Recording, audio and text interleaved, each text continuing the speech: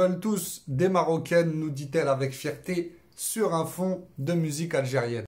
Alors bien sûr, cette vidéo n'est pas postée dans le but de t'harceler, ni d'inciter à la haine ou à la violence ou quoi que ce soit de ce genre-là. Mais je fais plutôt cette vidéo pour les franco-marocaines et les marocaines de manière générale qui pensent comme toi, qui pensent qu'elles sont désirées parce qu'elles sont les plus belles, etc. Alors j'ai une question pour vous, et la question est la suivante. Pourquoi, à une époque comme la nôtre où la dépravation des mœurs est pratiquement totale, et où même les gamins ont accès aux films pornographiques malheureusement, les Nord-Africaines sont très demandées de manière générale et aussi les Marocaines, pour revenir au sujet de ta vidéo. Il faut quand même rappeler que l'une des catégories préférées, si ce n'est pas la préférée des Français, quand ils regardent ce genre de film, c'est les Redbeux. Donc les franco-marocaines, les franco-algériennes, les franco-tunisiennes, etc. Les nord-africaines de manière générale. Hein.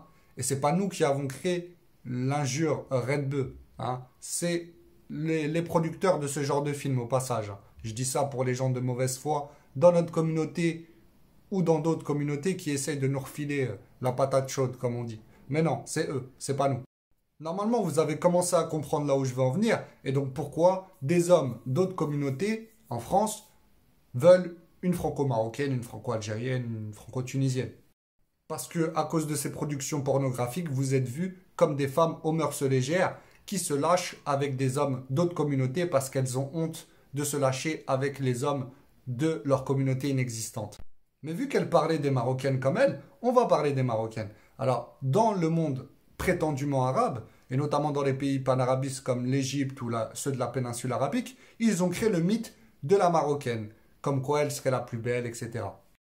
Donc les panarabistes, qui sont des racistes et des suprémacistes, ont créé les concours Miss Arabes, où les Marocaines souvent remportaient le prix, alors qu'il y a des femmes très belles en Égypte, en Arabie Saoudite, etc., mais parce qu'ils voulaient montrer l'étendue de leur domination et dire aux hommes d'Afrique du Nord, et notamment aux Marocains, parce que c'est là où il y a le plus d'amazigophones, et donc de gens qui tiennent à leur identité, que voilà, on domine vos femmes, regardez, on domine tout ce monde et on domine vos femmes.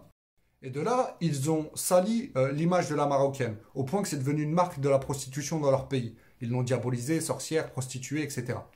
Tout cela a été diffusé dans tout ce monde prétendument arabe, et notamment chez nos voisins algériens, hein, qui nous aiment, etc. Et donc eux, ils ont traduit ce que voulaient dire les Arabes par « vous êtes les plus belles ». Et ils ont donc remixé le nom de notre nationalité en disant que vous étiez des chiennes. Excusez-moi l'expression. Et donc vos frères algériens ont ramené ça en France et sont allés voir les hommes de toutes les autres communautés pour leur dire ça. Et voilà pourquoi vous êtes désirés. Il n'y a vraiment pas de quoi être fier.